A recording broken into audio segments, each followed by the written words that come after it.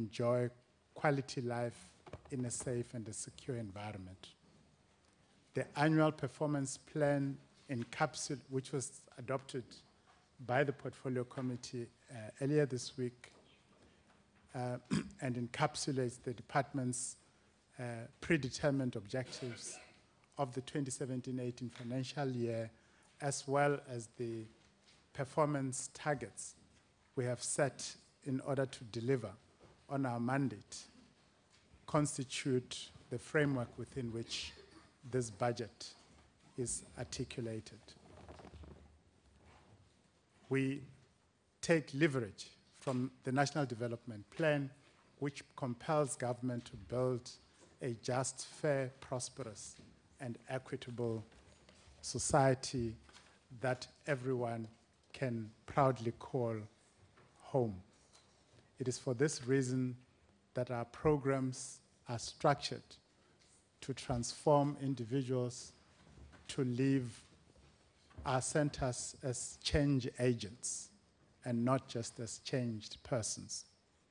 The budget allocation for 2017-18 financial year is 22.8 billion rands, aligned to effect the implementation of our programs. In November 2015, I established a task team to drive the review of our parole system. I'll be reporting to the members of Parliament today that a draft position paper has been finalized in this regard. Key to note is that consultations are continuing, and we shall keep members of the public updated in this regard as well. Various pieces of legislation impacting on the parole system, including Correctional Services, the Correctional Services Act and the Criminal Procedure Act, are being reviewed in this regard. Once all necessary processes have been finalized, we will approach Cabinet and Parliament with draft legislation to effect implementation of the position paper. Key to our capacity to deliver on our core mandate is adequate infrastructure, which must be in a proper state of repair.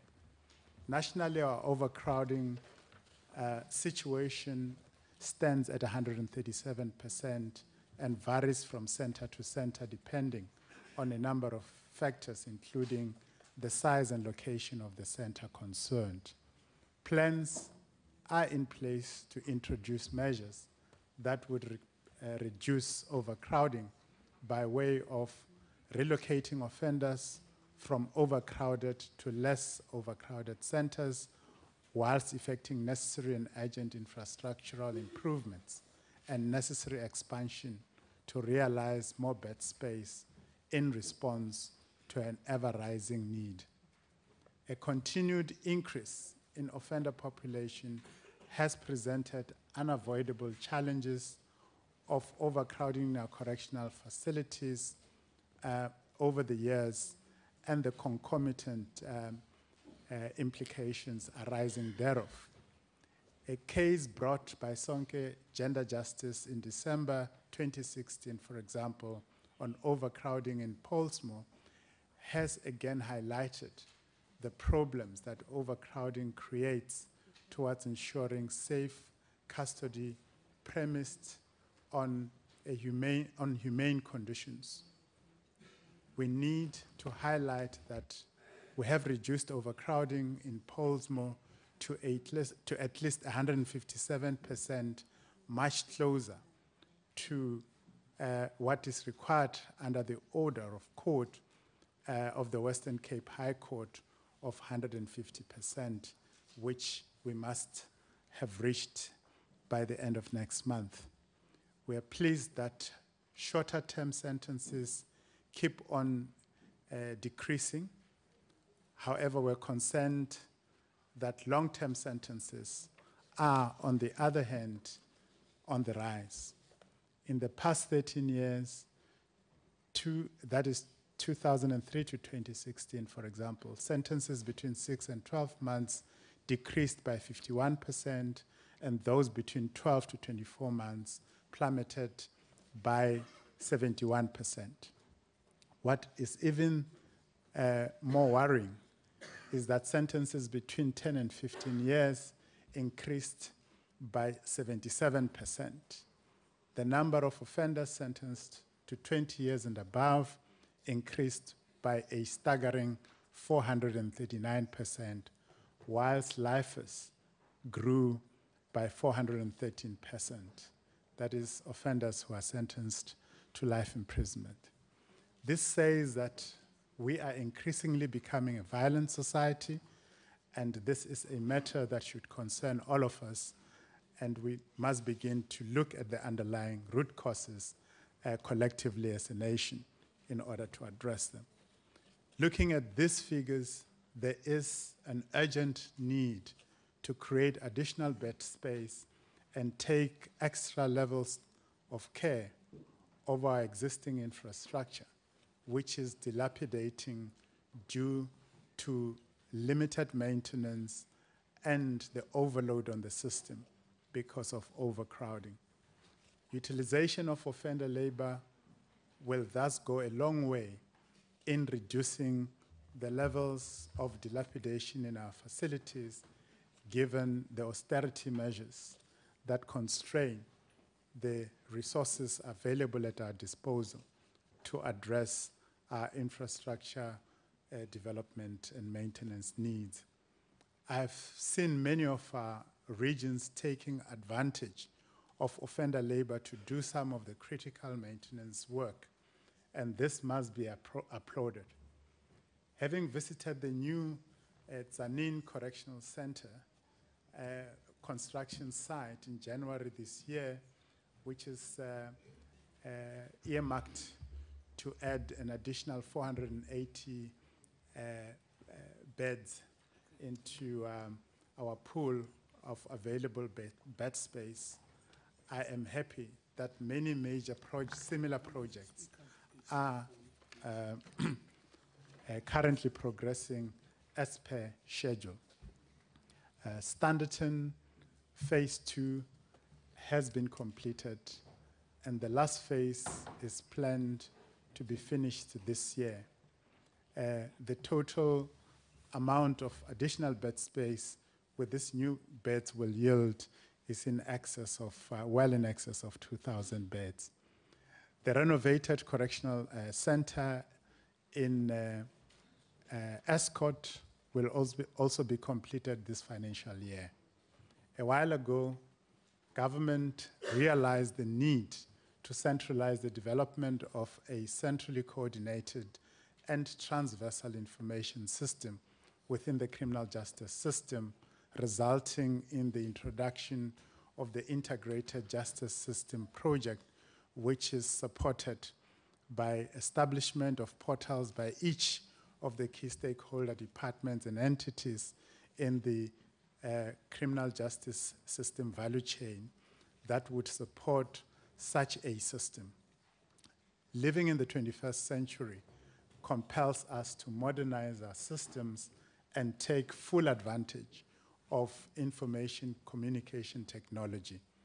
The Integrated Inmate Management System, or IMS, is not only groundbreaking, but it streamlines business processes across all correctional facilities and provides a single view of inmate and offender information based on biometric identification. The system is up and running in Kgoshi-Mampuru, the second correctional center in Tshwane, and the Johannesburg Remand Detention Center, having commenced on 19 March 2017. IMS will give us clear-cut profiles of inmates in our facilities, and such profiling is key in terms of classifying offenders accordingly. We are on course with a national rollout, and such innovation is complemented by other technological advances and platforms, such as the installation of cell phone detection technologies in 11 centers and 14 body scanners to be installed this financial year to support our efforts of beefing up security at our correctional facilities. Our responsibility is to rehabilitate all those admitted in our centers and marshal them into a new path away from a past that was characterized by criminal behavior to a future that is characterized by fully fledged members of society that are committed to playing a positive role and influence within society. The thrust of offender rehabilitation showcases correctional centers as places of new beginnings, where education and skills development are the beating heart, are the heartbeat of corrections. Those at high risk are young people who constitute more than 65% of our offender population in this country. However, we do take solace from some of our programs which point to a positive outcome. Our matriculants in the 2016 academic year achieved a 72% pass rate, albeit slightly reduced from last year's. There has been, however, improvement in the maths and science uptake and actually pass rates recorded amongst the class of 2016. We are also humbled by some of our partners who continue to invest in our rehabilitation programs. The National Skills Fund, NSF,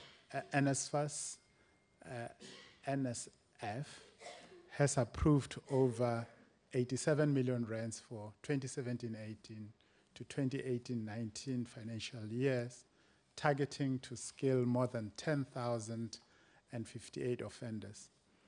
Another partnership was established with the Safety and Security Sector Education and Training Authority, SASITA, with a commitment to provide funding for the training of offenders in various accredited skills programs.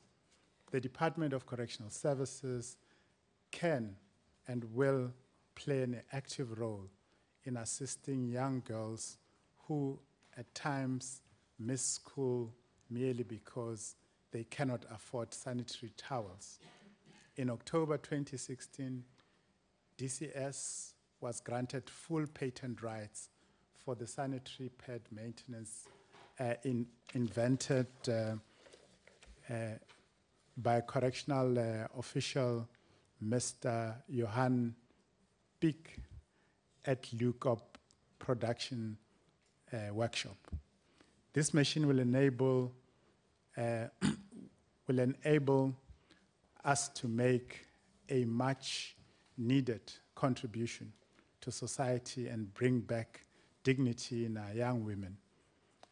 At Boksburg, 25 offenders successfully completed their training in horticulture, and the center continued to produce accredited artisans to the tune of 35 in 2016 alone. We are a department of caring individuals, and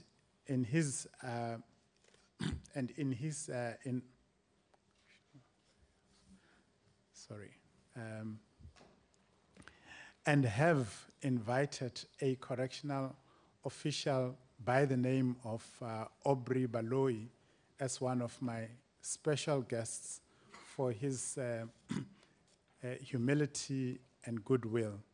Mr. Baloyi saved 2,000 rands from his learnership stipend and bought Mr. Caesar Kumbe a wheelchair, having realized Mr. Kumbe's daily struggle of using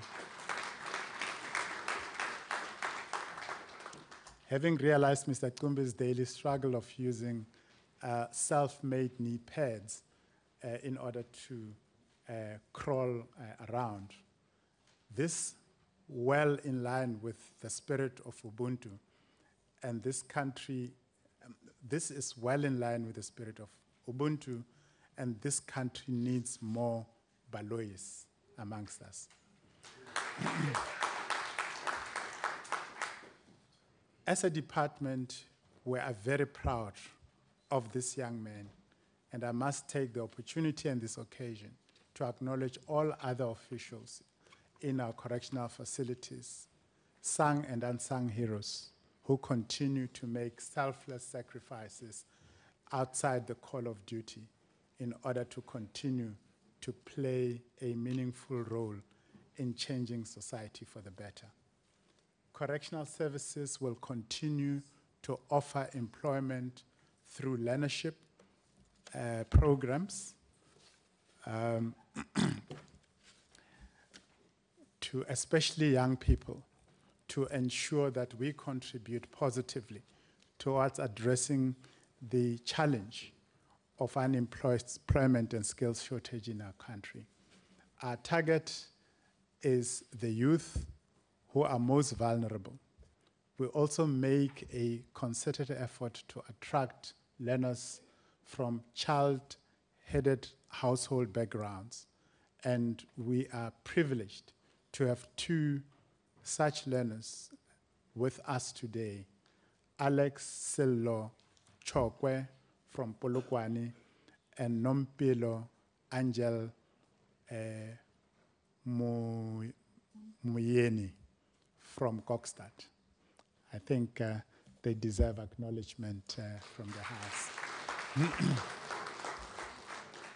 Our contribution was awarded a gold medal for the best intense learnership programs and best skills program at the National Skills Authority NSA Awards ceremony that took place earlier this year. Such recognition has even encouraged us to further recruit 3,096 youth in the next learnership uptake program.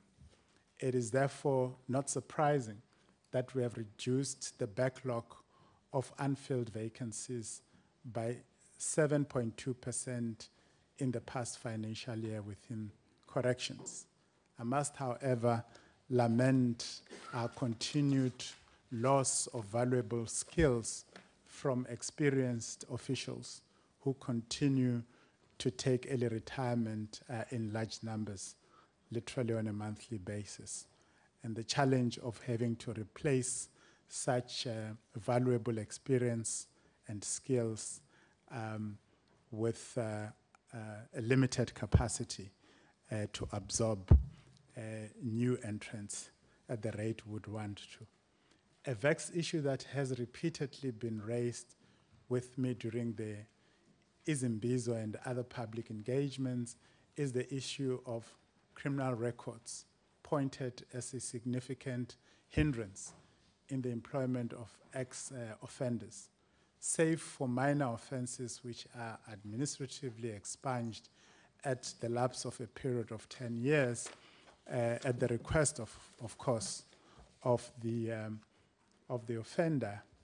A person retains criminal record for life, even beyond completion of their sentence, unless they receive a presidential pardon upon application in terms of Section 84 of the Constitution. This is a global practice, and it is meant, amongst other things, as an alert regarding a person's past criminal conduct for, amongst others, potential employers, but should not be construed as necessarily a legal barrier for employment of that person or for that person accessing any other opportunity in life. We are, however, reflecting on the concerns raised and will be looking at the desirability of reviewing the law in this regard in line with international best practice in order to maximize the prospects of our former offenders to have a fresh start in life. Thank you very much.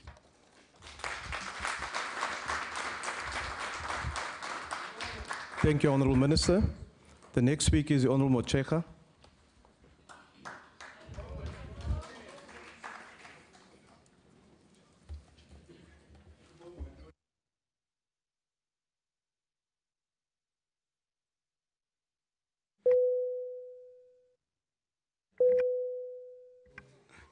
What did you do to it?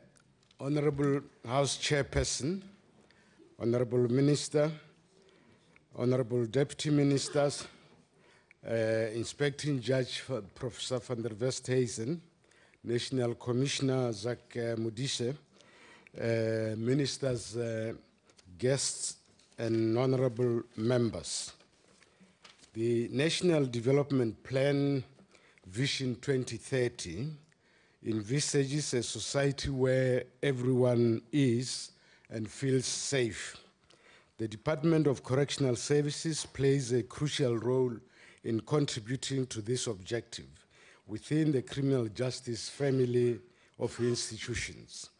The department will receive 22.8 billion for 2017-18. Its expenditure is projected to increase to about 24.4 billion in 2018-19 and 26.1 billion in 2019-20. In our report, we noted the government-wide fiscal consolidation and the expenditure ceilings, which have led to some baseline reductions of 754 million rand of the DSC budget over the medium term. Like other departments, the DSC will have to adjust and learn to do more with less. However, this must not compromise service delivery.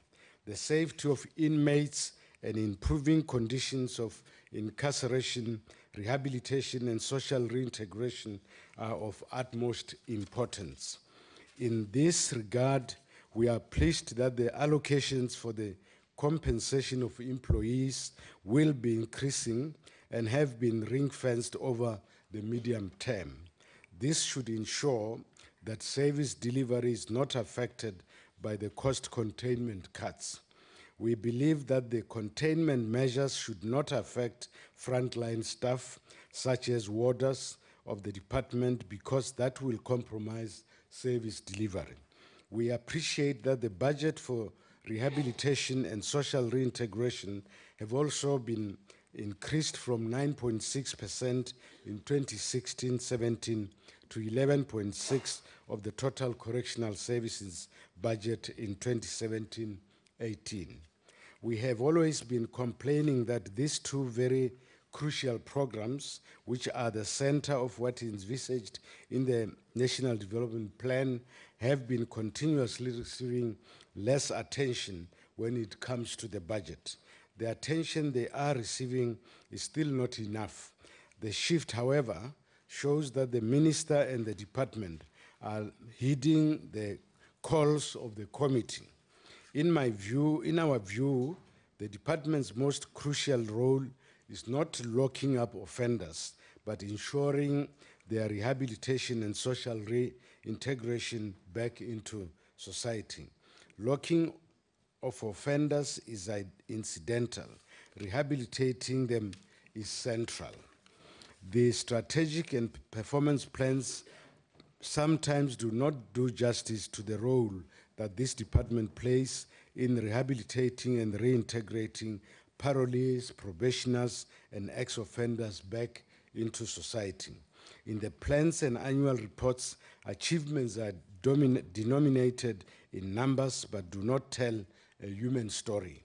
In other words, achievements are expressed quantitatively. This disregards the qualitative aspect of the work of the department. The NDP states clearly that, I quote, "The successful reintegration of released inmates into society is largely dependent upon the quality of rehabilitation programs and the conditions into which they are released," I close the quote. When rehabilitation programs are good qualitatively, they empower offenders with useful skills to use when they are released. This would prevent them from relapsing back into criminal activity. Early this year, the committee called the department to come and present its rehabilitation and social reintegration programs. We asked them to tell us about the qualitative aspects of their work. As we can say, all we can say is that the department and inmates are doing a lot of good work which is not known to the public out there. However, when there are negative things happening, they get overtly publicized. We urge the minister and the department to do more community outreach to publicize the very good work that the department is doing. For instance, the farms owned by the department produce a lot of products. The department also runs productive workshops. All these productive activities should generate some self-sufficiency for the department. It also creates some revenue for the state of about 132 million last year, which went into the national fiscus. We as the committee will support that this revenue is retained by the department to ease its funding constraints. We are aware that the DSC and National Treasury are working on a revenue splitting formula for the money generated in the farms and workshops. We recommend that this is done expeditiously. We must also note that these productive revenue generating activities also help to rehabilitate inmates by giving them skills in agriculture and artisanship. These are very handy skills for when they are reintegrated back into society. We as the committee will also support the development of internal capacity within the department in order to deal with renovations and extensions of correctional centers using offender labor and strict reservation. This should be a long-term solution which will help to ease the current delays in the completion of capital infrastructure projects. It concerns us that over the past few years, no new bed spaces have been added in the accommodation portfolio of the department due to delays which are not caused by the department. We have also recommended that the Department of Correctional Services should consider working together with the Department of Small Business Development in exploring opportunities and encouraging the creation of cooperatives where ex-offenders could receive long-term employment, transfer their skills to their communities, and thus facilitate their reintegration into society. We believe that this will go a long way in fighting recidivism. On halfway houses, the department must have learned enough and drawn lessons from the few halfway houses that it supports. It must be time to expand the program on halfway houses in order to ensure that inmates who have nowhere to return to when released are given a chance at reintegration. Honorable Minister, we must commend you for re-establishing the halfway house in Naturena in honor of Councillor Mthembu, who died during the elections. We welcome also, Mr. Minister, your assurance that the ministry will be working with JICS to ensure that it has sufficient capacity to deliver on its mandate. The issue of oversight over the conditions of incarceration is very key to our constitutional culture of human rights. In conclusion, House Chairperson, it is important to say that land disposition and the resulting triple challenge of poverty, unemployment, and inequality exacerbate the deepening moral degeneration. This makes the challenge of overcrowding a societal matter that cannot be addressed merely by improved parole system. We should recall that our icon Nelson Mandela introduced the moral regeneration movement to help us build the character of the youth and children and turn them into active and productive citizens. This government project has now been reduced to an NGO and no longer plays the role that Mandela envisaged. Honourable Member, your time is now ANC expired. The ANC supports this budget, I think. Thank you, Honourable Member. Next speaker is the Honourable Self. Thank you, House Chair, and I'd like in particular to welcome the national staff here this afternoon, and also many of the regional commissioners, if not all of them, from the Western Cape. I just hope there's not a mass escape this afternoon. Just about every year, House Chair, we come to Parliament during this vote and say more or less the same things. The prisons are overcrowded, the gangs are too powerful, there's too much corruption, the staff fear for their safety, the reoffending rate is too high, and so I could carry on. The objective of any penal system must be to rehabilitate offenders, thereby lowering the crime rate. Under the current circumstances, however, very few offenders are rehabilitated, and a depressingly large number of offenders will reoffend within a depressingly short space of time. That is chiefly because the prisons are so overcrowded that with the best will in the world, meaningful rehabilitation programs are difficult to roll out, and key categories of staff, such as psychologists and educators, are in short supply. Overcrowding also allows the gangs to flourish. Now, overcrowding is driven by two major factors. The first is the result of longer sentences, to which the Minister referred, and particularly minimum sentences. And secondly, it is caused by large numbers of remand detainees who can often not be released on bail because they cannot afford to pay relatively low amounts of bail or because they have no fixed addresses. It follows that if we want to improve the chances of successful rehabilitation, we must lower the rates of overcrowding, but obviously in a responsible way. Moreover, if we want to improve the chances of successful reintegration, we must ensure that offenders are ready to be released and that they will be accepted back into society. As I said, we've been banging on about these issues for years and years, but this year, for the very first time, there are glimmers of hope that somebody in the department has been listening. When the Deputy Minister briefed the Portfolio Committee, and I'm sorry he's not speaking this afternoon, he alluded to a number of positive features that could down-manage overcrowding. The first was the finalization of a position paper on parole and the drafting of a parole bill. Reforming the parole system and making it more flexible will allow more offenders to be released before the end of their sentences. Secondly, he mentioned that a draft policy framework was being developed for the interstate transfer of offenders to serve their sentences in their countries of citizenship. I have been advocating this for at least since 1996. It makes no sense to have a foreign national serve a prison sentence in South Africa, which has to be in full since parole is not possible, and then simply to deport him or her. There are many more foreign nationals in our prisons than there are South Africans serving sentences in foreign jails, so it's a win-win for us.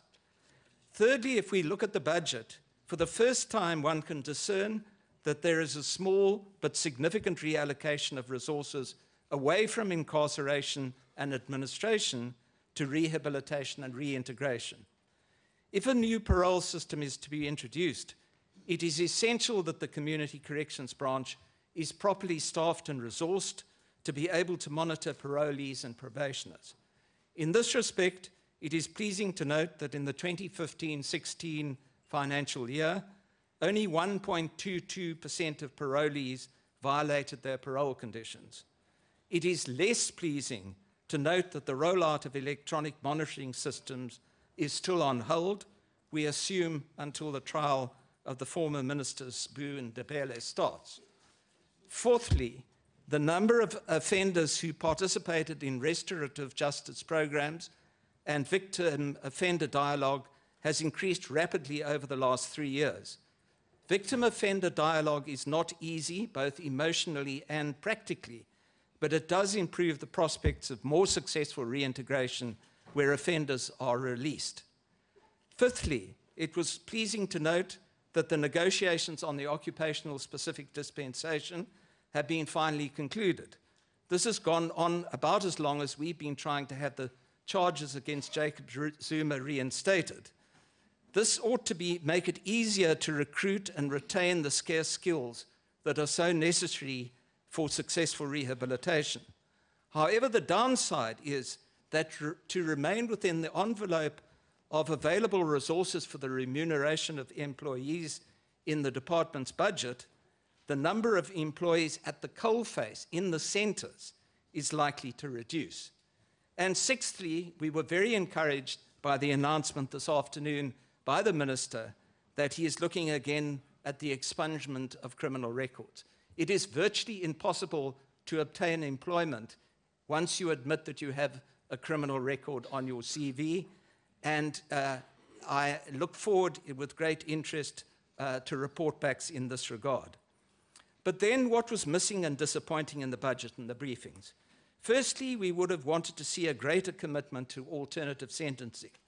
Not every offender belongs in prison, and a more effective and satisfactory sentence may very well be community service. This has 3 advantages. First, offenders literally contribute back to the society that they have harmed in a visible and tangible way. Secondly, such offenders are not exposed to criminal elements as they would be in overcrowded facilities. And thirdly, this is much, much cheaper. However, these sort of sentences will only be handed down by judges and magistrates when they are confident that the offenders can be properly monitored by community corrections. Secondly, we are concerned at the large amounts of money for agency and outsourced services that has increased by 135% this year to 1.5 billion.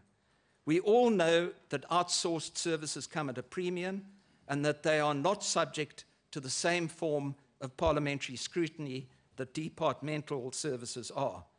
We are equally concerned at the 9% increase in expenditure on communications to 88.5 million, and the 29 million allocated to a feasibility study for a new headquarters for the department. These are nice to haves, but do not address the core business of rehabilitating offenders and correcting offending behavior. But seen as a whole, the budget is starting to be aligned better to the ideals of the white paper. We will continue to keep the department under very close scrutiny, but I think it's safe to say that it is now safe for the department to be moved out of intensive care. Thank you. Thank you, Honourable Member. The next speaker is the Honourable Matiase. House Chair, the Economic Freedom Fighters reject budget vote 18 of the Correctional Services. We reject it for the following reason. Order, Honourable Members.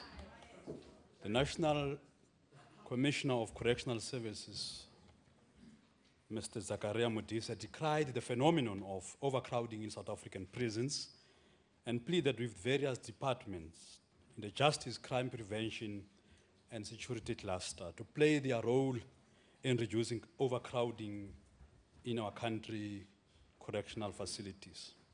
This necessitated the Western Cape High Court to rule in December that the number of inmates in Portsmouth remain detention facility be reduced to 150% of its capacity within 6 months.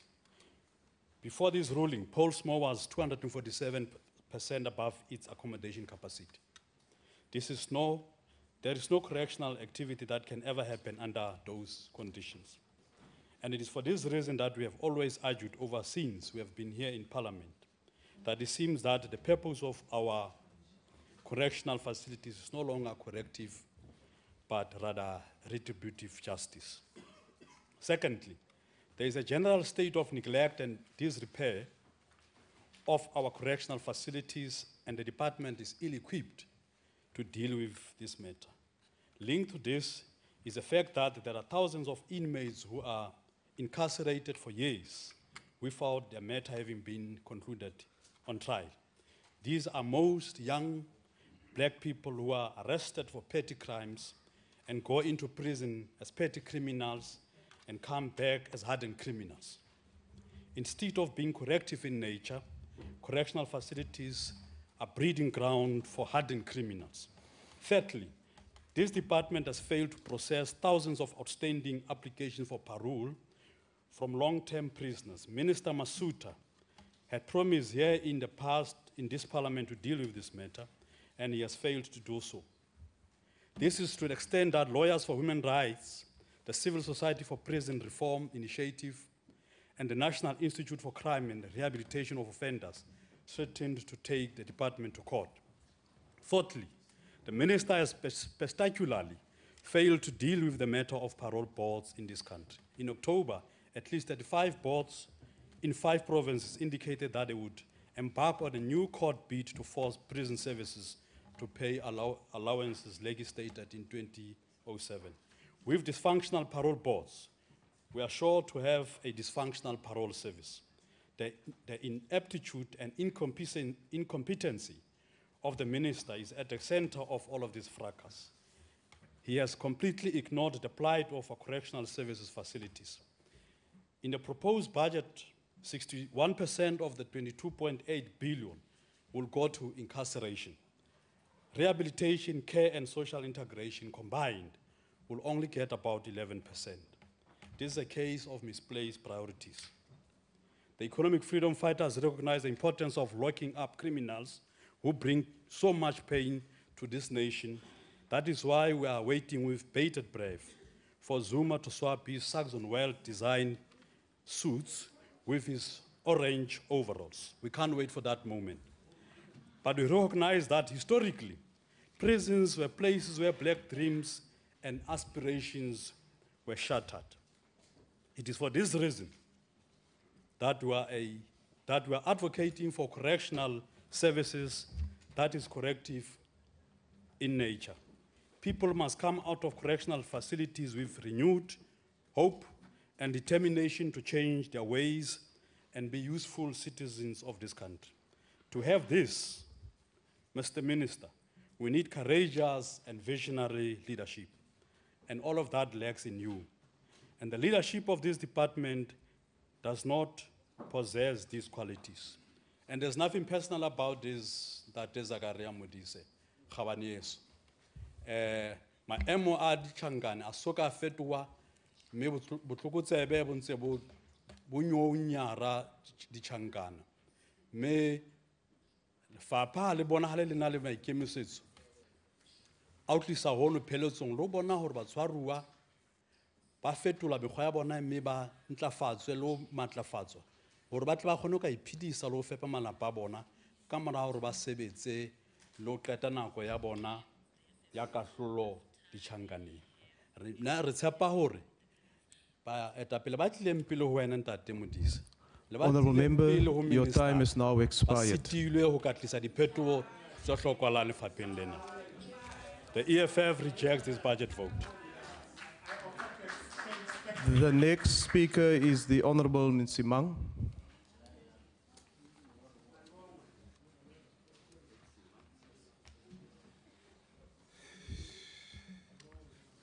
Thank you, Honourable House Chair. Honourable Minister Masuta and other ministers, honourable members. One phenomenon which has become a perennial challenge in the Department of Correctional Services is overcrowding in our correctional centres. This has become so serious that the government was taken to court in the recent Portsmouth case of Sonke Gender Justice versus the South African government. In this case, the court found, and I quote, that the conditions such as accommodation facilities, cleanliness, health standards, infrastructure and provision of meals fell short of what was required in the Correctional Services Act, end of quote. What is very disconcerting is that the conditions in Portsmouth Prison are similar to other big correctional centers throughout the country. The situation is so serious that the court ordered the DCS to submit monthly reports on progress made to remedy the situation. In fact, the situation leads to the conclusion that we are losing the war against crime and that our rehabilitation and reintegration endeavors are not bearing fruit. Of course, society should not point a finger only in the effectiveness of the correctional services. Society should also focus on the causes of crime and make every effort to address them. One of the biggest drivers of crime is unemployment. Another is the abundance of drugs which are easily available, especially to the youth, and the failure of police and the courts to deal adequately with this scourge. We should also consider the implications of influx of millions of illegal immigrants who easily flock into this country through our porous borders. All these factors combined make the citizens of this country feel that they are not safe. Judging by the allocation of budget, the IFP is of the view that the DCS has still not prioritized the program of rehabilitation of sentenced offenders and their social reintegration. From the budget of 22.8 billion rand, the rehabilitation program is allocated only 1.8 billion, and the social reintegration program received only 855.2 million.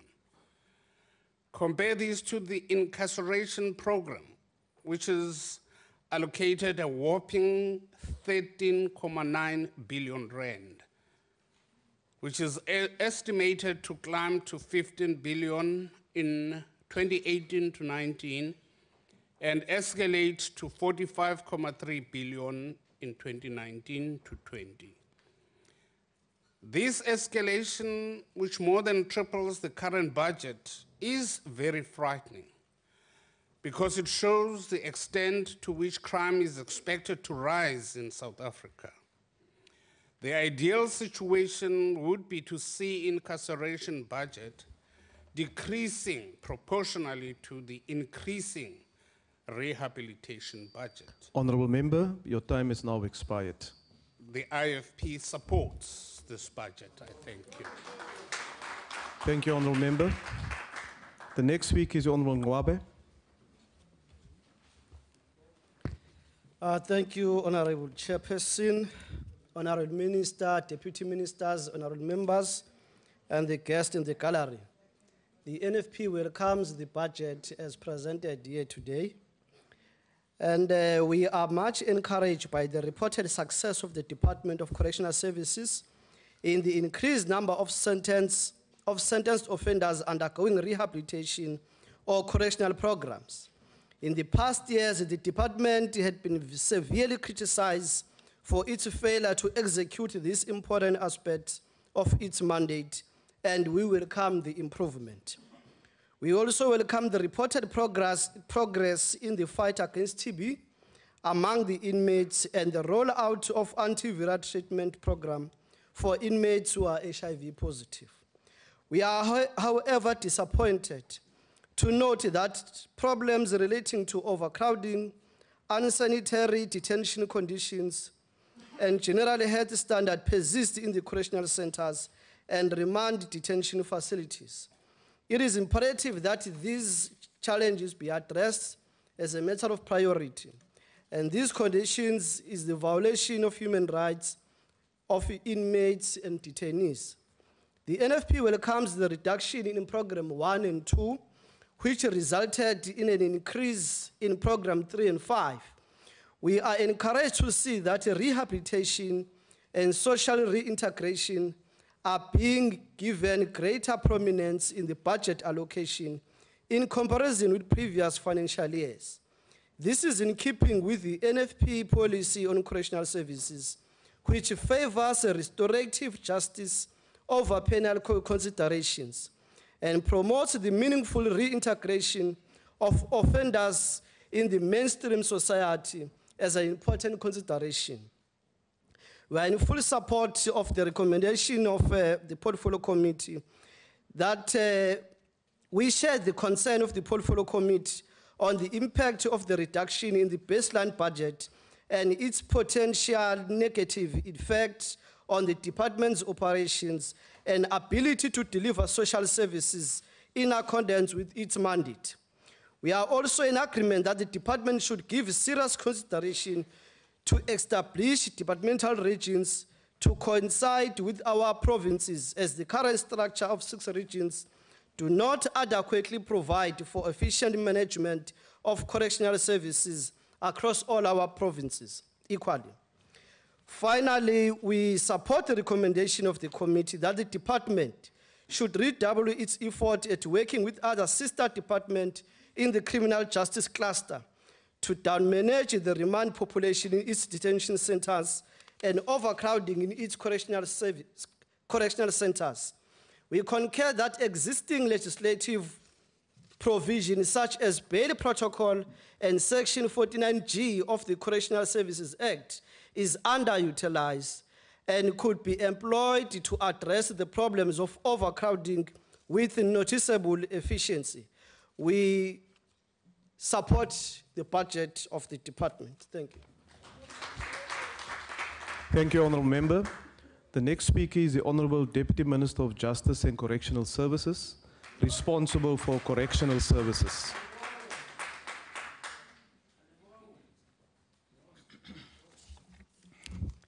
Honorable House Chair,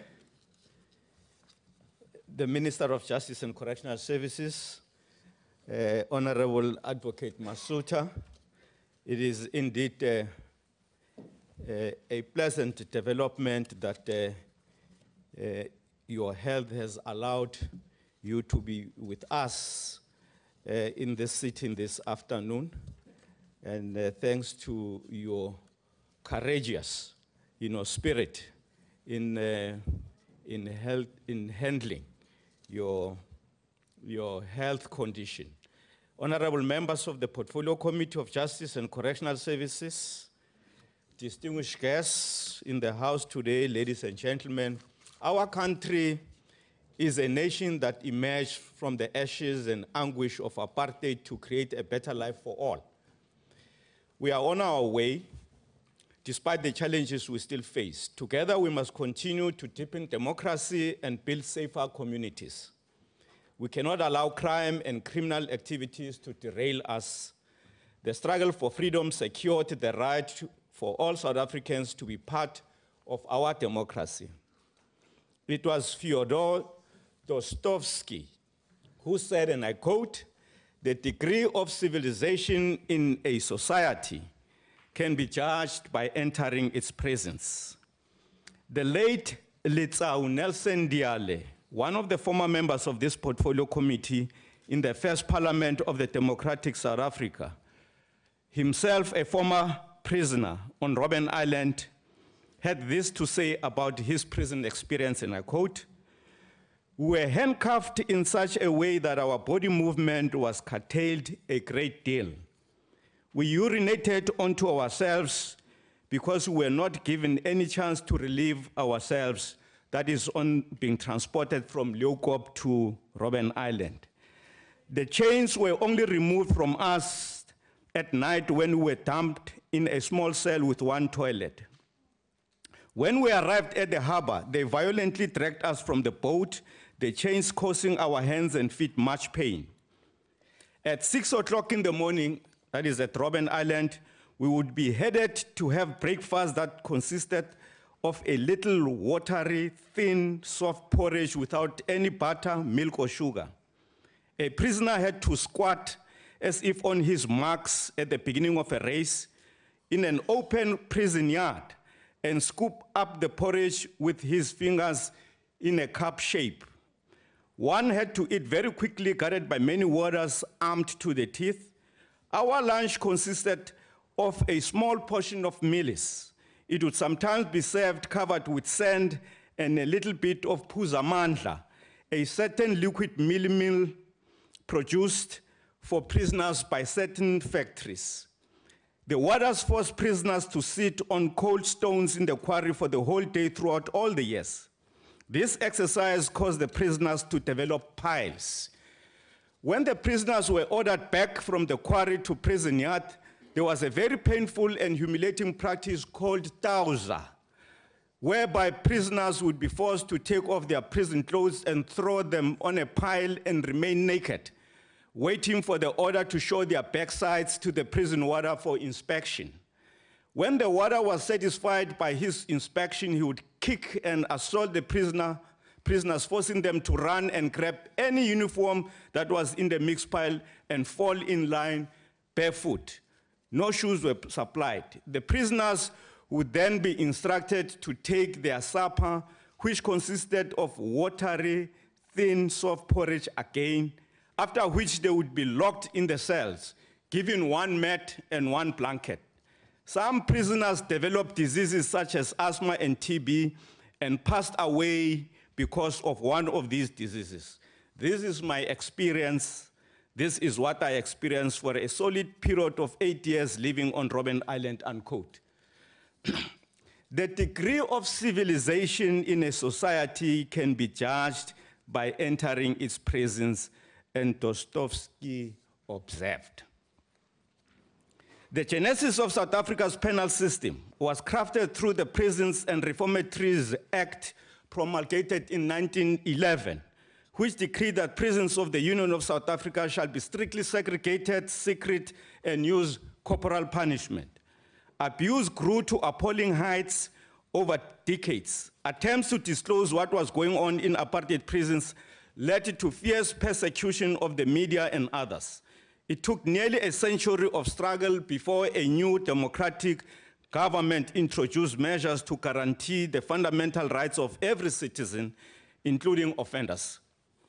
It is the Correctional Services Act 111 of 1998, together with the White Paper on Corrections in South Africa, which facilitated a new paradigm shift, opting for corrections through rehabilitative interventions. The Western Cape High Court judgment in the Sonke gender justice matter has in recent months put the spotlight on the general conditions at our correctional centers, particularly the Big Five centers of Pollsmoor, St. Albans, Durban-Westville, Johannesburg, and Kgoshi-Mampuru II. In his report to Pollsmoor, on Pollsmoor Correctional Center, Remand, Detention and Women's Center, Justice Cameron of the Constitutional Court of South Africa said, and I quote, "The Constitution provides that detainees and sentenced prisoners have the right to conditions of detention that are consistent with human dignity. This provision requires that at a minimum, prisoners and detainees should have access to exercise, adequate accommodation, nutrition, reading material, and medical treatment. The Constitution also seeks to protect prisoners and detainees from cruel, inhuman, or degrading treatment or punishment. In addition, the Correctional Services Act stipulates that correctional centers must have, among other things, sufficient space to enable inmates to move freely and sleep comfortably within the confines of their cells, accommodation that is properly ventilated, cells with sufficient natural and artificial lighting that allows inmates to read and write, sufficient and accessible ablution facilities available to all inmates at all times, including access to hot and cold water for washing purposes, and a separate bed and bedding for every inmate which provides adequate warmth for the climatic conditions and which complies with hygienic requirements," unquote. I went into length to quote the remarks of Judge Cameron to demonstrate or to illustrate how big the challenge is for the Department of Correctional Services to meet the prescriptions of the law in this country with respect to providing secure and safe, custody to citizens. Despite various challenges in response to the court order to reduce overcrowding at Portsmouth Remand Detention Center by at least 150%, an action plan implemented in collaboration with the JCPS cluster saw the population reduced, as the minister said earlier on, from 4,066 on the 6th of December last year to 2,570 on the 8th of May this year, which amounts to almost the halving of that population. The action plan is multi-pronged to include, among others, the following: Portsmouth Medium A, Goodwood and Malmesbury correctional facilities were converted to be full-time remand detention facilities to alleviate the influx from the courts in the Western Cape. Accordingly, 1,000 sentenced offenders were transferred to the Free State and Northern Cape region. The position of head of center has been filled. Progress has also been made in terms of physical exercise to increase the frequency of exercise from 2 to 4 times a week. Basic medical supplies and medication is such that in February, the turnaround time for issuing prescriptions has decreased from 48 hours to 24 hours. Portsmouth is now utilizing an on-site laboratory service with the Gene Expert machine to improve the turnaround time for sputum results. That is with respect to the test for TB. With respect to feeding, the current shift system and acute staff shortages are an objective constraint to the strict adherence to Section 8.5 of the Correctional Services Act governing the provision of meals. However, offenders are still provided with 3 meals per day. With respect to bed spaces, due to the down management of the totals of the remand detention facility population, there is now adequate beds for offenders. The hygiene conditions have remarkably improved with the addition of 8 domestic washing machines for the purposes of providing clean blankets and the repair of some of the machines that were in disrepair. New admissions are now receiving clean blankets on arrival. There are single cells that are utilized as an informal library. Whilst Portsmouth is not an isolated syndrome, such conditions are certainly not prevalent at all the 243 facilities in our country. Other recommendations to deal with overcrowding include the option of building more incarceration facilities, as the minister said. And there also was an input from the Office of the Judge President of the Western Cape with respect to the problem of overcrowding following his visit to Portsmouth, and these include, among others, to address the appeal that we address the case of incarceration of offenders beyond their mandatory period, incarceration period. 2, the incarceration of offenders pending further investigation by the investigating officers within SABC. That practice also that it needs to be managed. That there should also be considered an amnesty for those sentenced for 1 rand to 1,000 rand fines. And lastly, that an unsympathetic attitude towards the poor by the courts, for an example, not granting bail because of unavailability of fixed addresses to offenders, to those who live in informal settlements, it's something that needs to be addressed as well. For the past financial year, our quest to fight tuberculosis has seen 83% of offenders being treated, whilst inmate testing for HIV was at 123%, and the provision of antiretroviral therapy at 98%. Numerous programs are in place to improve the welfare of inmates and to promote healthy living conditions. Conditions of detention consistent with human dignity compels the department to deal effectively with gangs in correctional facilities. Gang culture has a long history, as speakers before me have already commented, in South Africa. The numbers prison gangs can trace their origins back to the prisons, mine compounds, and informal settlements as far back as 1824. In practice, good government has been reactive. In practice, government has been reactive and anti-gang strategy. The anti-gang strategy has not yielded the desired outcome, partly because they have been restricted to policing and the criminal justice system. At the request of the JCPS cluster, the national anti-gang strategy has been formulated to address not only the phenomenon and impact of gangsterism, but also the prevention of gangsterism as a socio-economic phenomenon. In line with the national strategy, the Department of Correctional Services is also implementing an anti-gang strategy. Challenges being encountered by the Department of Correctional Services include the absence of sustained gang-centered programs, as well as integrated holistic approach to managing gangs.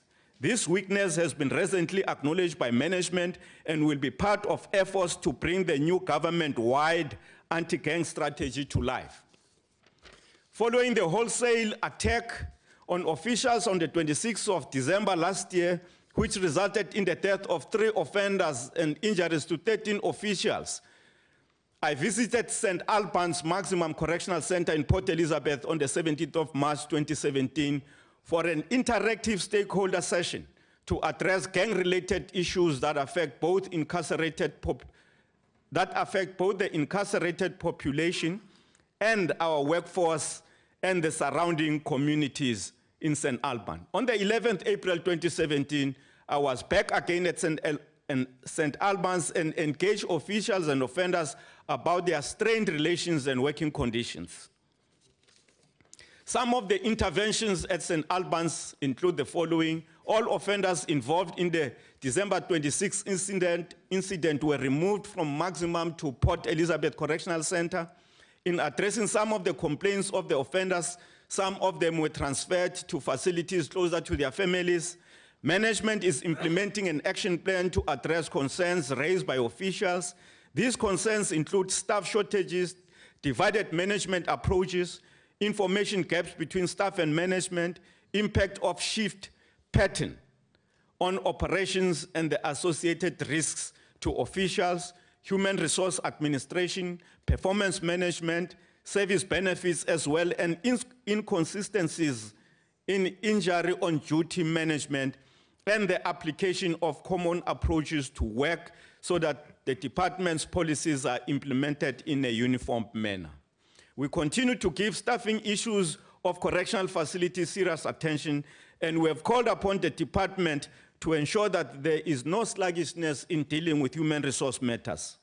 Examples of these managerial lapses is, for instance, the recent violence that was reported to have taken place at the Standerton Correctional Center in Mpumalanga. Deputy Minister, your time is up. House Chair, I thank you very much. Thank you very much. Honorable Maila.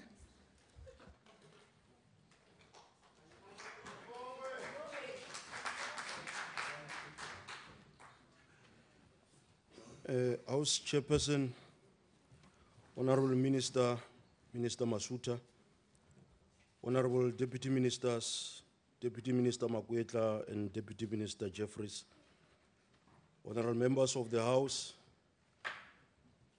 the Inspecting Judge, Judge Johan van der Westhuizen in absentia, TCS officials led by the National Commissioner, Commissioner Modise.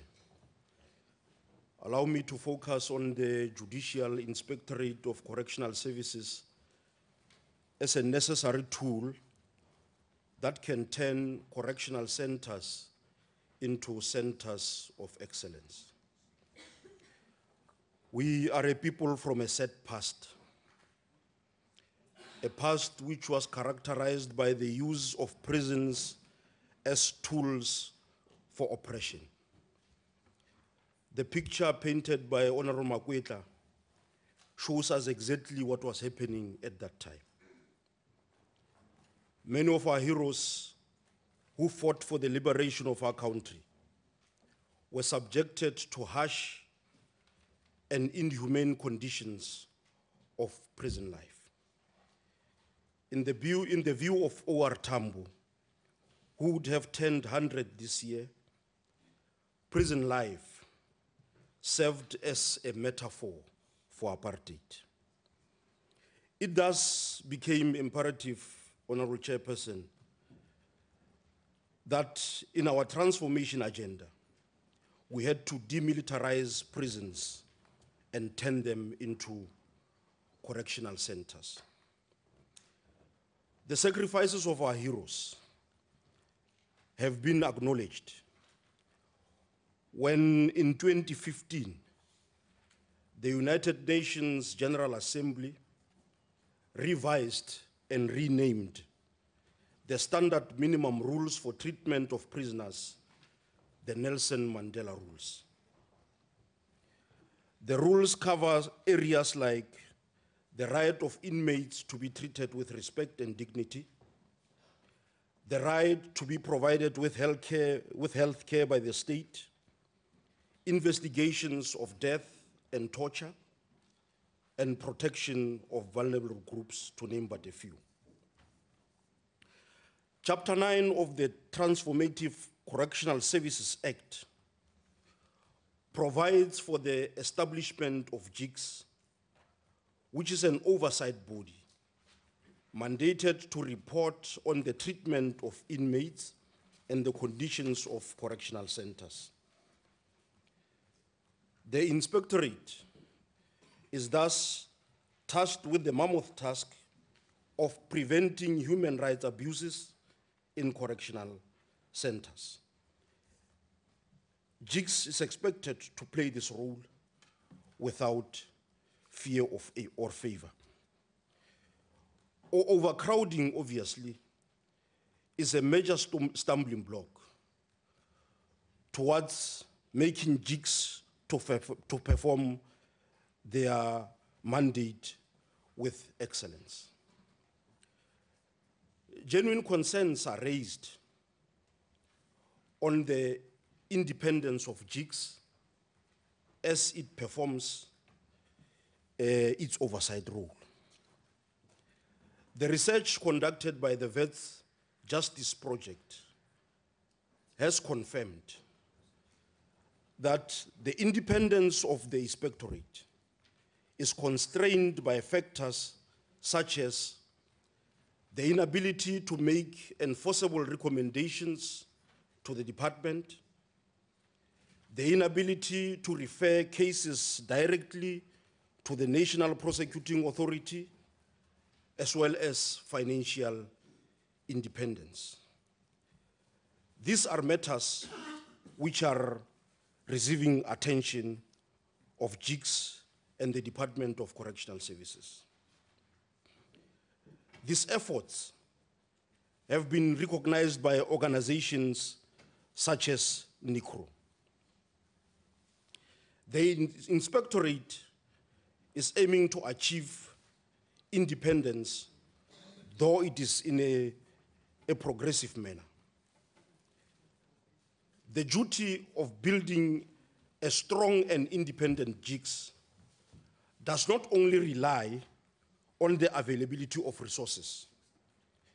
It also requires courage and determination to conduct oversight in an unbiased and an impartial manner. We do welcome the inspections in prisons by sitting judges and magistrates as enhancement of oversight. We, however, appeal that this exercise should be done in collaboration with the inspecting judge. It is encouraging today to hear Honorable Self singing a different tune from the tune that he sings over the years, which tune says, at least now, the DA is admitting that the idea of the African National Congress of turning prisons into correctional centers is working. Over the years, the DA has been playing the devil's advocate by opposing everything that the ANC was coming up with. It was not surprising because obviously members of the DA, especially those from the White Caucus, can never imagine Honorable Maila. Can never imagine Honorable Maila. what we mean by prison life. The White Caucus of the DA is composed mostly of verkrampte right-wingers who still value apartheid and colonialism. Honorable Maila. That is why they want... Your time is up.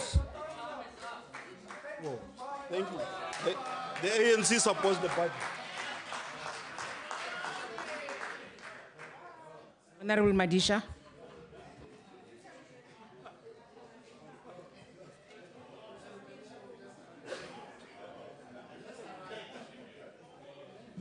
Thank you very much. As COPE understand it, the Department of Correctional Services has 3 strategic objectives, namely to ensure an effective criminal justice system through the efficient management of remand process. Secondly, to ensure that society is protected through incarcerated offenders being secure and being rehabilitated. And 3, to facilitate the reintegration of offenders back to communities as law-abiding citizens. Our correctional centers and remand detention facilities are overcrowded. Accommodation facilities, cleanliness, health standards, infrastructure, and the provision of meals generally fall short of what is required in the Correctional Services Act. There is a need to attend to these matters, such as ordered by the Western Cape High Court in respect of the Portsmouth Correctional Facility. To help alleviate some of these challenges, rehabilitation and social reintegration strategies will have to be improved. Our correctional services centers have more than 150,000 people, the majority of whom are, of course, young black children, which is actually a very serious problem. Saying the majority because 1/3 of them is young black children. The sad reality is that many of these young lives are more often broken or further destroyed in prison. The department still spends the bulk of its budget on incarceration and an insufficient amount on rehabilitation. And so the cycle of criminality, incarceration, little or no rehabilitation, reoffense, and further incarceration without any real hope of an alternative future becomes the accepted norm.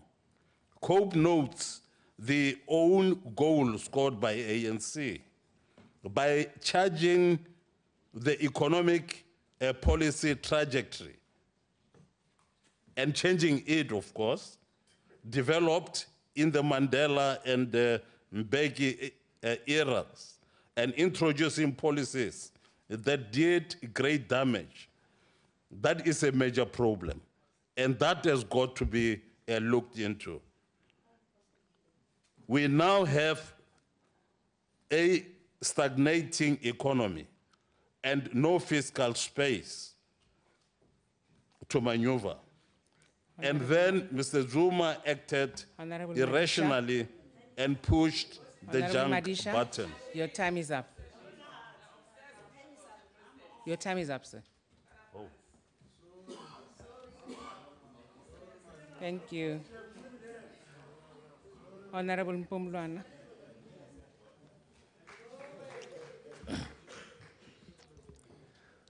Somlomo ndilisekileyo sidwende zethu ezixabisekileyo.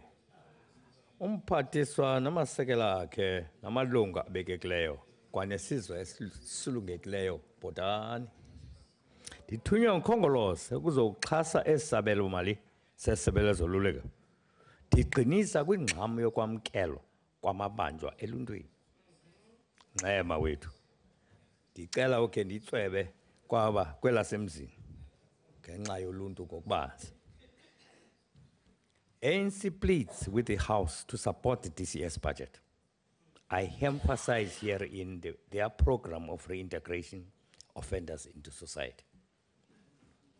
I dedicate this small contribution to our leader, O.R. Tambo, who said at the UN on the 26th of October 1976, and I quote, "We shall have a South Africa in which the young of our country shall have access to the best that mankind has produced, in which they shall be taught to love their people of all races, to defend equality of people, to honor creative labor, to uphold oneness of mankind, and to hate untruth and immorality."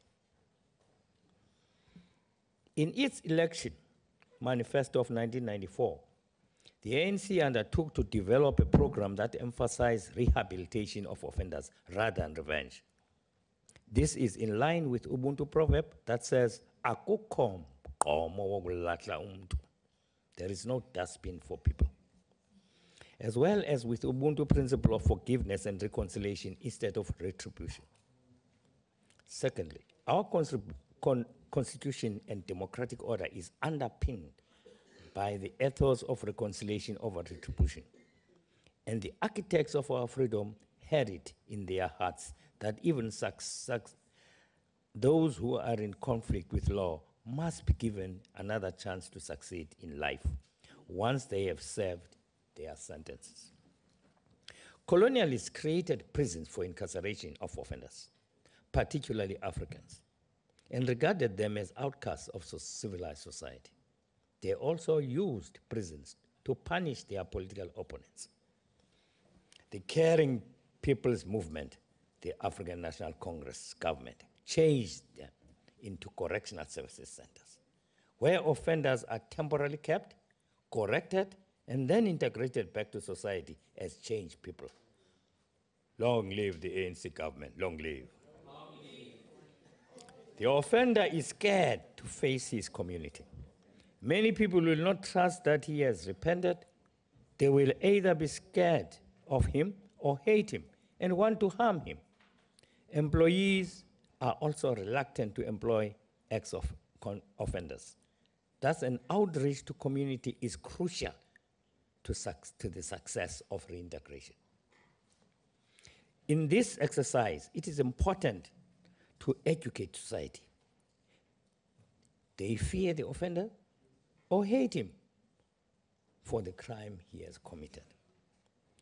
They not only must be persuaded to forgive him, they must also accept him as part of them.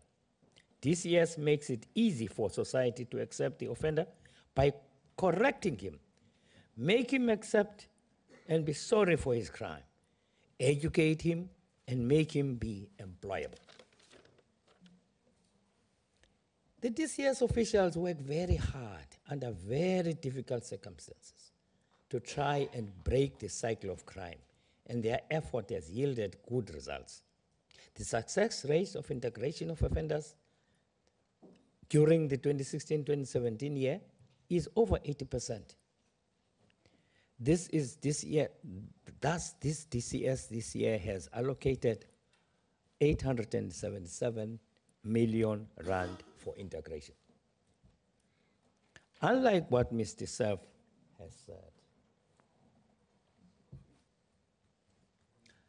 most offenders are young people, and thus it is crucial that we integrate them into society and break the cycle of crime. Otherwise, we'll lose many generations of African people. I hope this Zumaphobia by EFF and Big Brother DA will come to an end. And this House shall appreciate the good work done by this government through the DCS. I again respectfully request that you accept this budget. I thank you all. Thank you, Honorable Pumlan. Honorable Swart.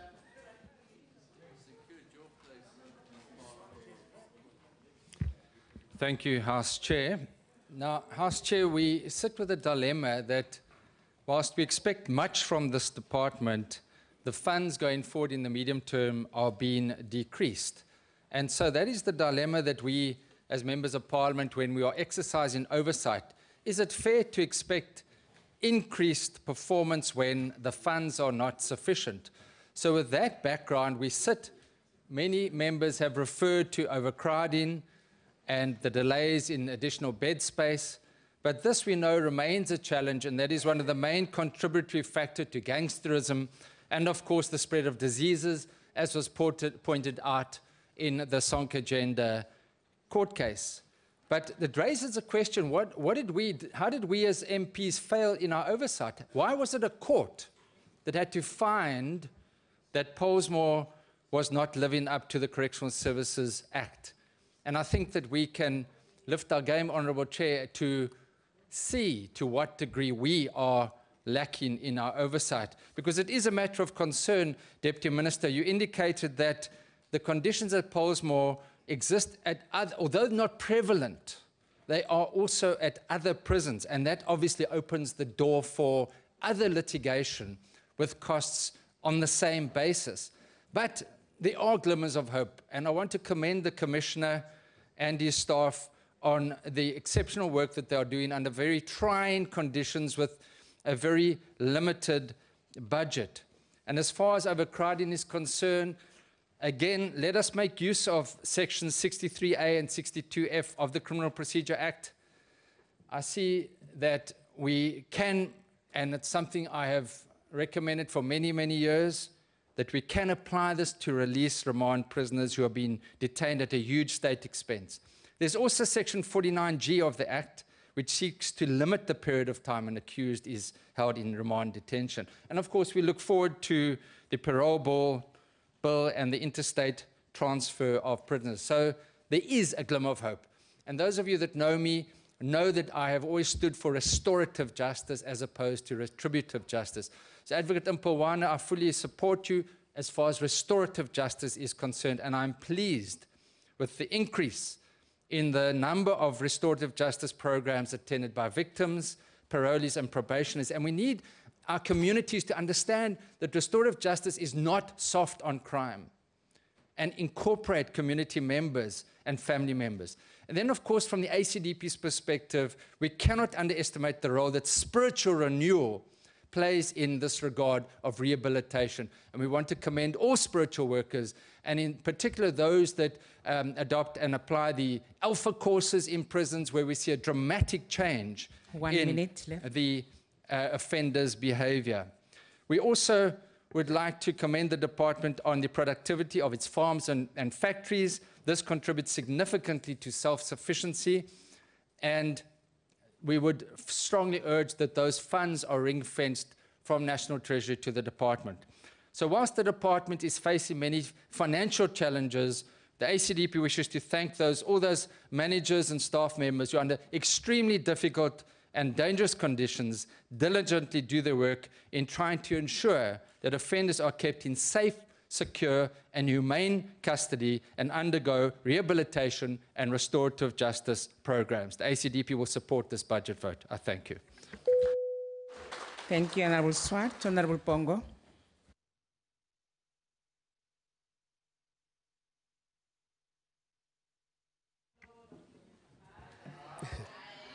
Thank you very much, House Chair, Honorable Minister, Honorable Deputy Ministers present,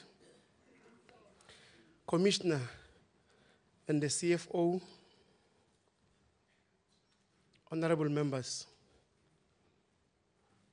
Commissioner, I should start by this, that as Parliament, we don't take very light the work that we're doing.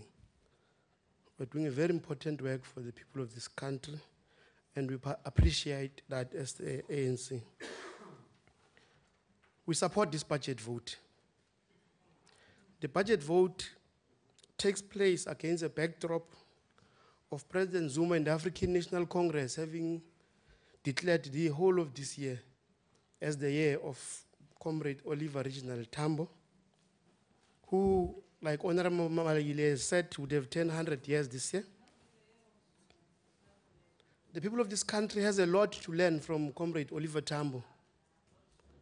Comrade Oliver Tambo was a patriot, he was an internationalist, he was a pastor in his own right, he was a mathematician, he was a scientist, and he was also a lawyer, among others. Honorable Chair, before 1994, when the ANC took over government, prisons were used by the apartheid government, which is represented by this white caucus this side, to oppress black people and to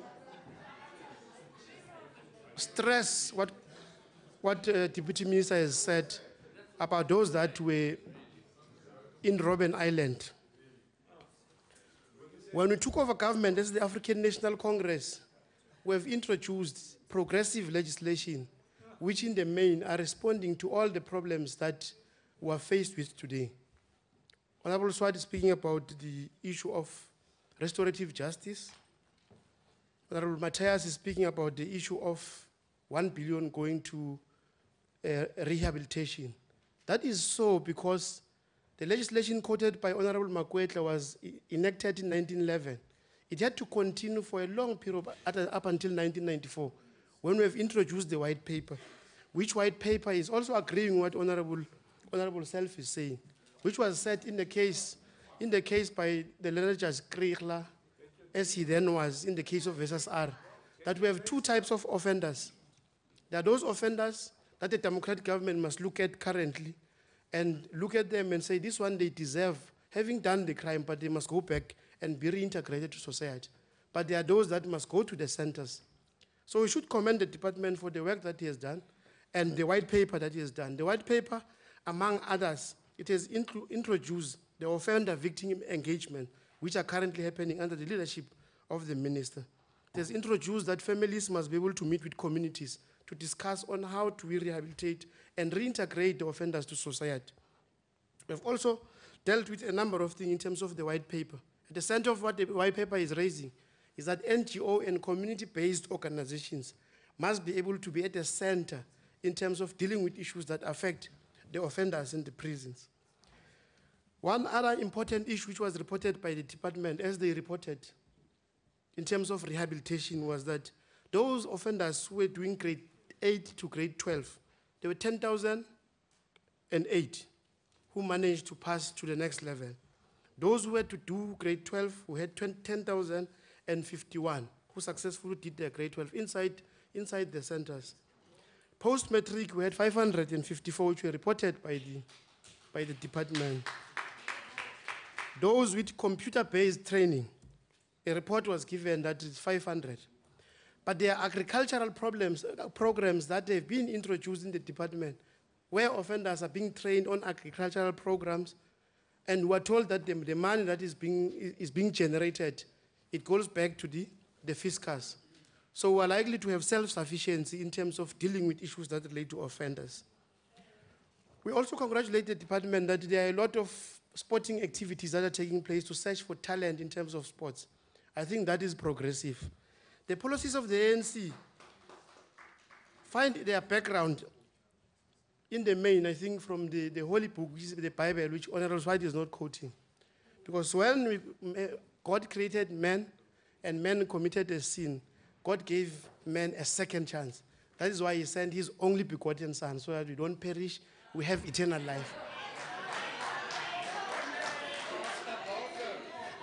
So, as the African National Congress, the African National Congress government is committed in creating a non-racial, non-sexist, democratic, united, and a prosperous country. So the ANC support this budget once more. Thank you very much. Thank you, Honorable Pongo. Honorable Hon.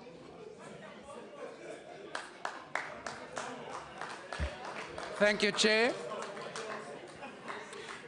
Colleagues, it is indeed not difficult to identify the remaining sore fingers on the hand of correctional services, as has been done here today by colleagues like the Honourable Self, and even the Honourable Bongo, or should I call him Pastor Bongo, who so liberally referred to improved alignment with the white paper.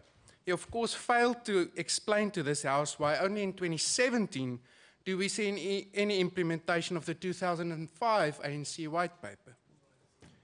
Chair, at the risk of oversimplifying the problems faced by DCS, it must be stated that indeed, as colleagues mentioned, overcrowding remains the big problem. If addressed successfully, a ripple effect will be caused which will improve not only the quality of incarceration and care, but also that of rehabilitation and social reintegration. This will simultaneously help to address the problems alluded to by the Minister of DCS constantly struggling to retain skilled staff and maintain staff morale and motivation. Chair, more than 20 years into our democracy, it's really unacceptable that some DCS facilities house 2.5 times the number of detainees it was intended for. And it really should not have been necessary for a judge of the Constitutional Court to visit Pollsmoor and an NGO to approach our courts for an order to enforce his findings in order to get DCS to craft and implement a plan to reduce overcrowding at this facility. Chair, through you to ANC colleagues in committee, maybe rather than using briefings like the one last week on how DCS has responded to the judicial report and the court order into conditions at Pollsmoor, to criticize the judiciary as has become the norm in committee, because the judiciary has pointed out this sore finger, and rather than proposing that this Correctional Services Act must be amended to take away this right, only to make a U-turn through the Honourable Mahila here today on this issue, we as members of the legislature should hold some introspection as to why the judiciary is more effective in pointing out the human rights violations at our correctional facilities and bringing about the changes in living conditions of detainees we in committee only talk about. Chair, I will tell you why. It's because you as ANC members are too scared to hold the executive properly to account. You use your majority to ensure committees pay only lip service to oversight. And as we have warned you, this specific committee has last in 2014 visited any prison, which is really shameful. But this has now caught up with you, and the reality is that if you did not, for the sake of political expediency over the years, created a situation where reporting are equalized to accounting, the Portfolio Committee on Correctional Services could have been instrumental in ensuring that everything addressed in the directives issued by the Western Cape High Court could have been implemented long ago. What's worse, Chair, is that instead of looking failure squarely in the eye and making a promise to yourself that going forward you will do better, you rather berate the judiciary for overreach and ask why judges are allowed to inspect correctional facilities. This is a sad indication of how unsuited the current ANC has become to government in our constitutional democracy. Chair, proper oversight would long have demanded of DCS to craft and implement the type of plans which was now ordered by our courts. Proper oversight would long have ensured that build programs so necessary to create the additional bed spaces referred to by the Minister is accelerated beyond the ever-growing promise recycled every year and presented as a fresh plan to create thousands of bed spaces. Because proper oversight, Chair, will always strengthen governance. The type of good, clean governance that will ensure that the capital budget of DCS is not only spent, but spent in a prudent, responsible manner. Ensuring that the taxpayer gets value for money for every cent allocated to DCS and earmarked for the building and refurbishment of correctional facilities, the upgrading of IT and reporting systems, of money allocated not only for the care of offenders, but also their rehabilitation and reintegration. Chair, now that the audit outcomes of DCS have improved, now that we see a better alignment of this budget to the NDP and the white paper, it is time, through the committee, to ensure that governance at DCS is also improved. I thank you. Thank you, Honorable Hon. Honorable Pilane Machake.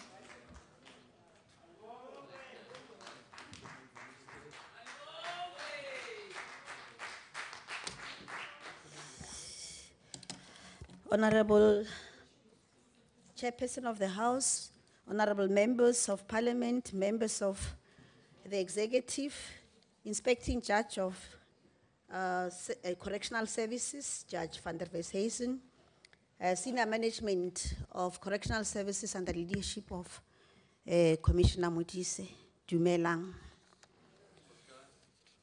I wish to just begin by thanking the Executive and Management of Correctional Services for the job well done under very difficult and trying circumstances.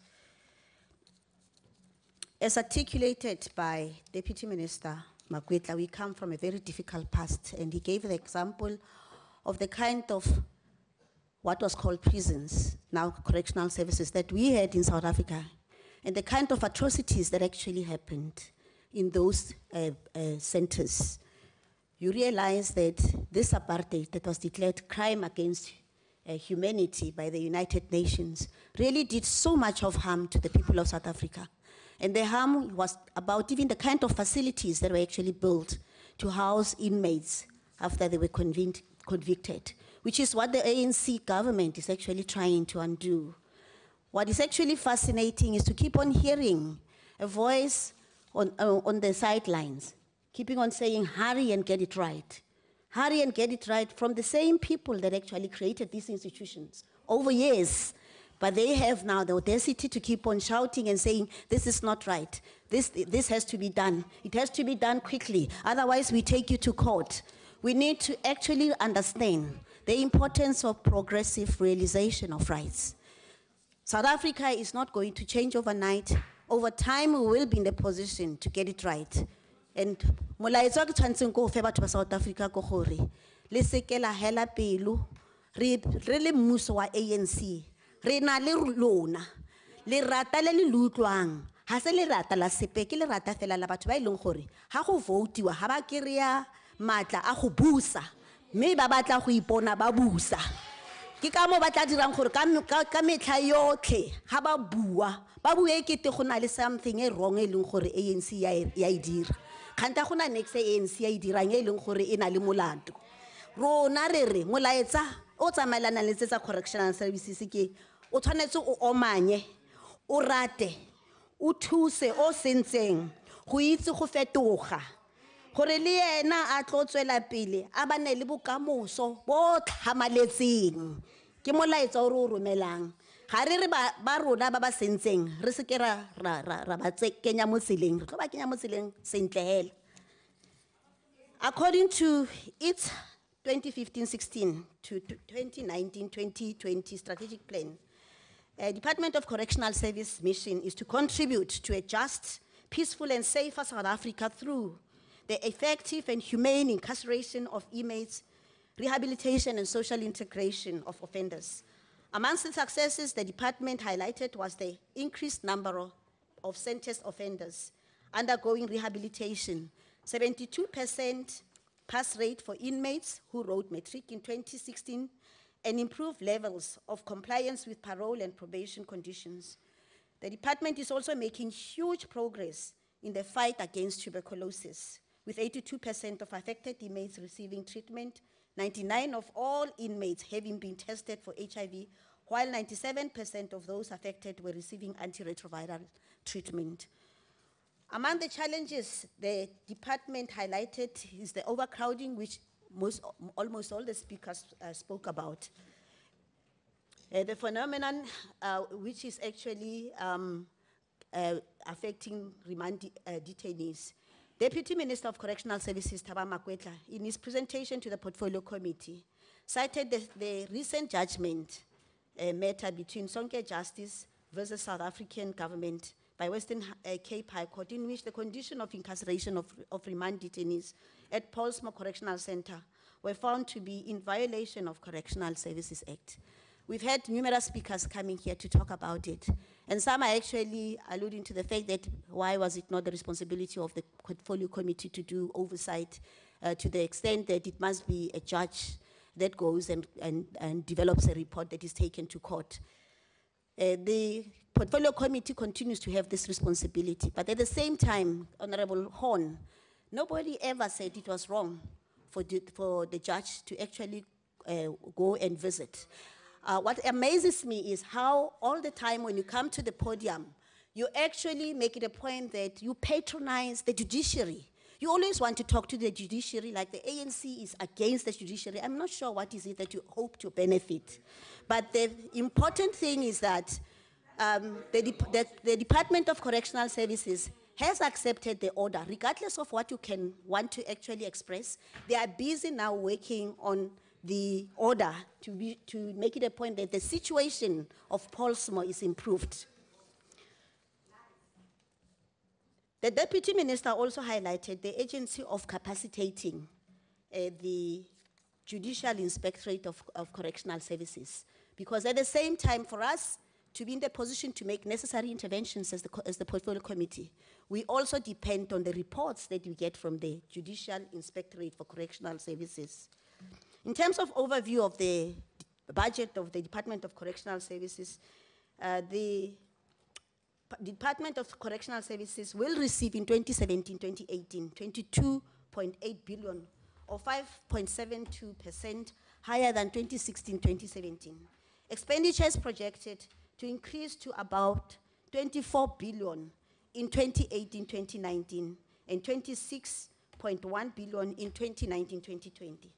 The Department of Correctional Services budget is distributed across the following 5 programs: administration, incarceration, rehabilitation, care, and social integration.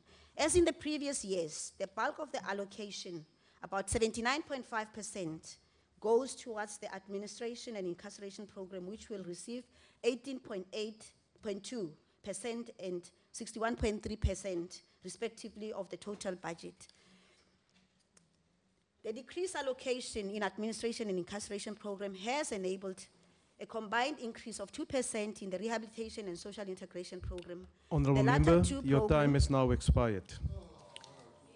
The ANC supports the vote. Thank you. Thank you. I now call upon the Honourable Minister of Justice and Correctional Services to respond to the debate, please.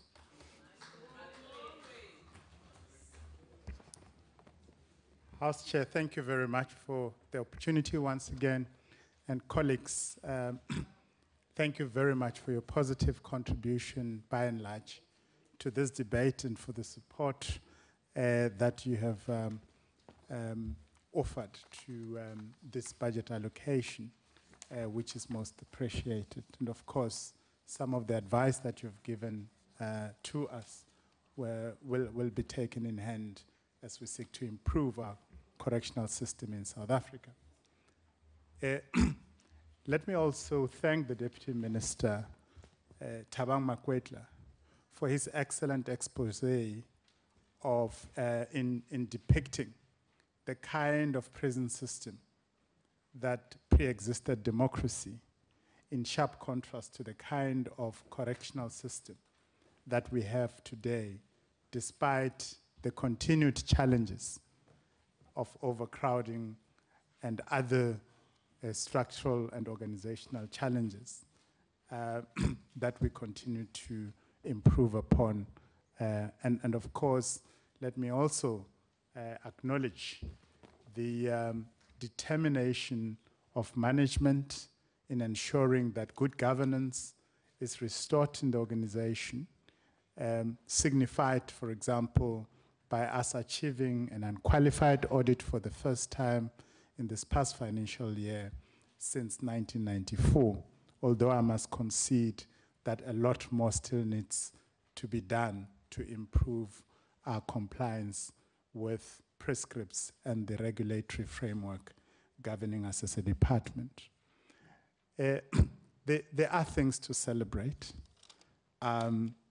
In the past decade or so, for example, we have since reduced the number of child offenders from our correctional facilities from a whopping 4,126 back in 2003 to a mere 207 this year. This is significant. This demonstrates our commitment to ensuring that prisons are not a place for children. And let me say to Honorable Matthias that I agree with you that we cannot continue to have our correctional facilities filled with young Africans who should be out there engaged in innovative, creative activity that takes our economic objectives forward as a nation, and who end up languishing in our correctional facilities where they put their valuable youthfulness to waste. We need to change the underlying socioeconomic conditions in our society by ensuring that young people have access to quality education, to sorely needed skills that will contribute positively to the development of our economy, and in the process advance what we have committed ourselves as the current government of advancing the ideal of radical economic transformation, so that we begin to remove color, gender, race, disability, and all those unfair attributes that associates our state of socioeconomic inequality or characterize our state of socioeconomic inequality in South Africa. But let me say that whilst I appreciate the positive contribution that Honorable Self, when he led the DA input into this debate earlier on in the debate, I'm beginning to ask myself the question, where did you get Mr. Horn? You're sitting next to each other, but you sound like you come from two different political parties. The same phenomenon is displayed by a Ms. Zille on the one hand, leading a charge to take the DA back to the dark ages of colonialism and apartheid, calling Africans who have chosen the Western Cape to be their home as refugees, and of course, effectively pushing back our efforts as a nation to rid ourselves of racism and colonialism. Honorable Minister, your time is now expired. Which DA are we going to be dealing with in the next elections? Is it a DA that Thank you, Honorable Minister. Your time is expired. Or is it, that's why you're called an alliance, because you are not a party. You are a mixture of Thank you, Honorable Minister. Order. Members are reminded that the debate on the office of the Chief Justice and the Judicial Administration budget vote will take place at 16:15 in the National Assembly chamber, and the debate on the Home Affairs budget vote will take place at the same time in the old Assembly chamber. That concludes the debate and the business of this mini plenary session, and the mini plenary will now rise.